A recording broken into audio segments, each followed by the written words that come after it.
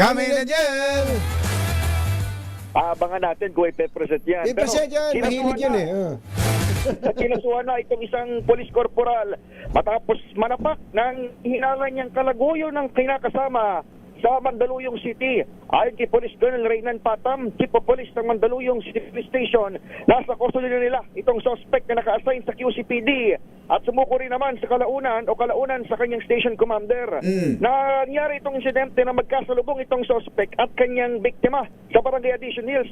Dapat dati na palang karelasyon ng partner ng pulis ng lalaki at nagpang-abot na yung dalawa noong 2023. Kaya nang madiskubre ng korporal na nakabalik na sa kanilang barangay yung dating karibal, sinigawan, nilapitan at sinapak niya ito sa harap ng marami. So ano pala yan, Edniel? Ex nung kanyang partner. Oo. Pero hindi natin alam ngayon. Baka may... Parang may duda ka.